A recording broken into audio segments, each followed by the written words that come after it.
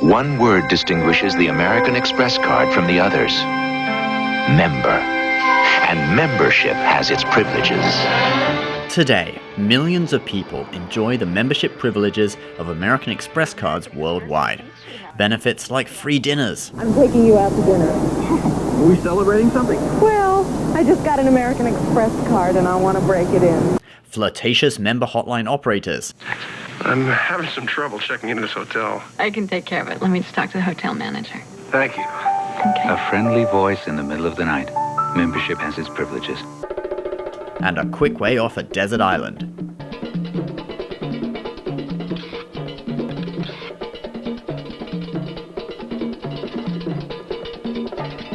American Express. It's the only credit card you really need for travel and entertainment worldwide. In addition to that, American Express cards also offer unbeatable purchase protection and insurance, roadside assistance, and access to airport lounges. But this company actually started out in a very different kind of business. The story starts in 1850 in Buffalo, New York, when Henry Wells, William G. Fargo, and John Warren Butterfield started an express mail company which they called American Express. And in case you're wondering, yes, the first two are the same two men who started what we know today as the Wells Fargo Bank. The Wells Fargo Company was started in 1852 when Butterfield objected to American Express expanding its operations to California. American Express's shipping business lasted for 70 years. During this time, the company located its headquarters in New York City, first in Tribeca, and then in 1874 they moved to 65 Broadway, where it demolished the original buildings and built its own 21-story American Express building that we see in this picture. The company transported documents, freight, gold, and other items across the country. By 1862, American Express controlled 10,000 miles of rail lines from the Northeast stretching west to Minnesota and Missouri. American Express even continued to provide services throughout the Civil War, allowing soldiers to vote in elections by postal vote from the field. In the late 19th century, American Express took its first steps into the world of financial services.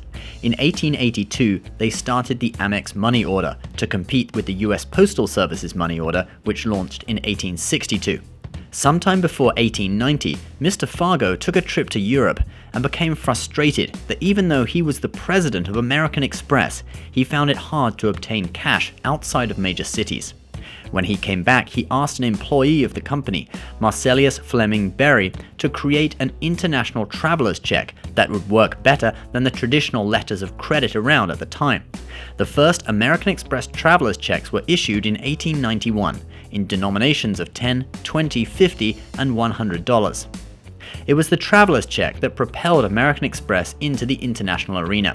In World War I Europe, American Express was one of the only companies to honor letters of credit held by Americans stranded on the continent.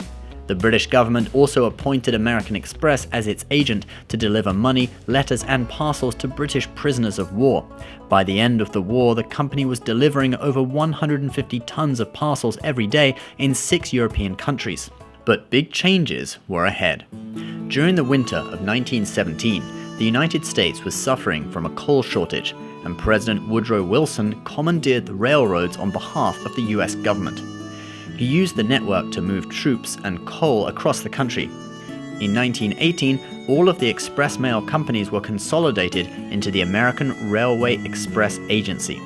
40%, or 71,000 miles of track, came from American Express, and Amex thus lost its express mail business in the US. At this time, the Wells Fargo Company that had been created 2 years after Amex also lost its mail business, and both companies moved their focus to financial services. We now fast forward to the year 1950, and a rival company launches the Diners Club card, the first charge card. It was initially only for use in participating restaurants, and it let you settle your bill at the end of the month. American Express had been talking about launching a travel charge card since as early as 1946, and competition from Diners Club prompted them to take the idea seriously. In 1958, the first American Express charge card was released, with a $6 annual fee, $1 higher than Diners Club.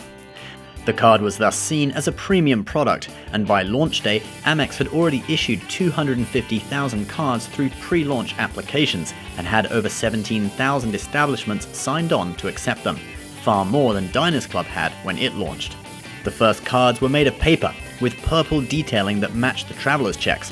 In 1959, Amex introduced plastic cards, an industry first.